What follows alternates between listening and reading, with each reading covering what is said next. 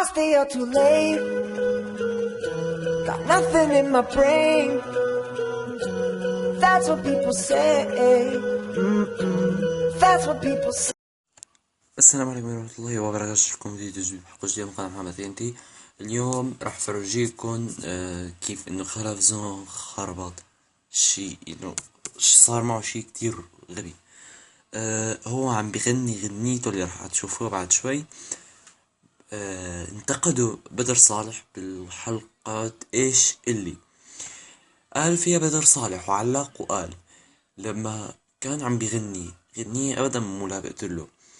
هاي النقطة 2 كان انه قاعد عم انه كلمة بليس ما طلعت معه منيحة. قال بليس، هي بليس يعني البي، فرق بين البي والبي. بي في فرق. فخلونا نشوف الفيديو، يلا نشوفكم بعدين.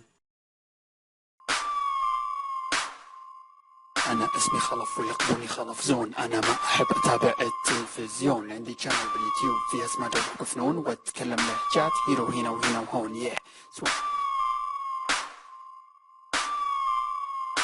يسألوني شو اسمك أقول لهم خلف زون، يقولون خلف ولا أمامي المجنون، نضحك ولا نصيح شو نسوي وشلون، أذب أضيفة ولا تعيدها يا الملعون. I was in your place, I will just ignore, leave them crying for help or smash their heads like Thor.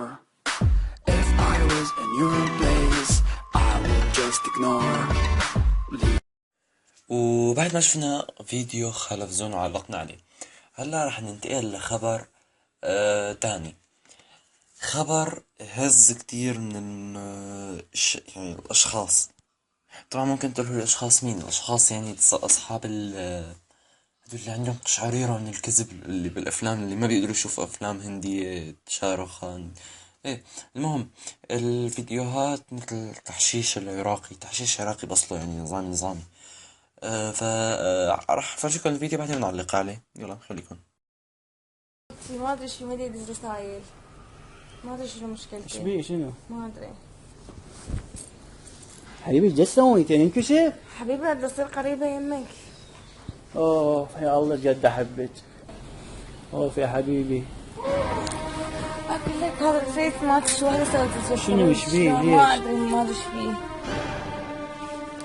يا صديقة انت اخذت كل شيء مني حتى زوجي. صار مستاهل الموضوع غلط. لا. وبعد ما فرجيتكم الفيديو تبع التحشيش العراقي، عن جد تحشيش نظامي ثقيل، يعني كتير ثقيل، تمثيل زفت.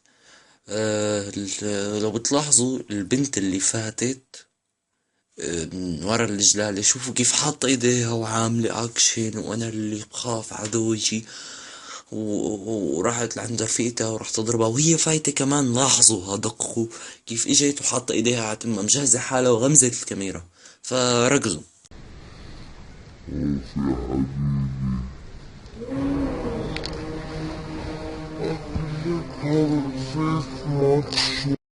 وهيك خلصنا الخبر الثالث او الموضوع الثالث، اللي هو شخص ما بعرف، طالع على السعودية الثقافية بس مباشر، مسوي حاله شاعر، يعني عن جد نظامي مسوي حاله شاعر.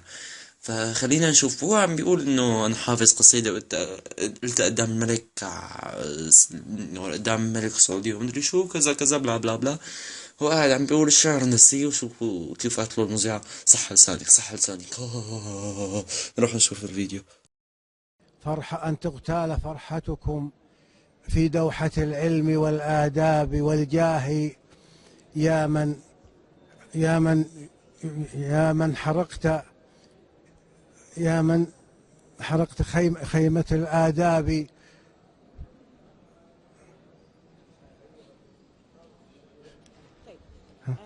صح لسانك أستاذي. نتابع بما أنه وهيك نكون وصلنا نهاية هذا الفيديو. ان شاء الله يكون عجبكم. طبعا استضفنا خلفزون معنا بهذا الفيديو، وعلي المرجاني، وشخص ما بعرف مين مساوي حاله شاعر وبس.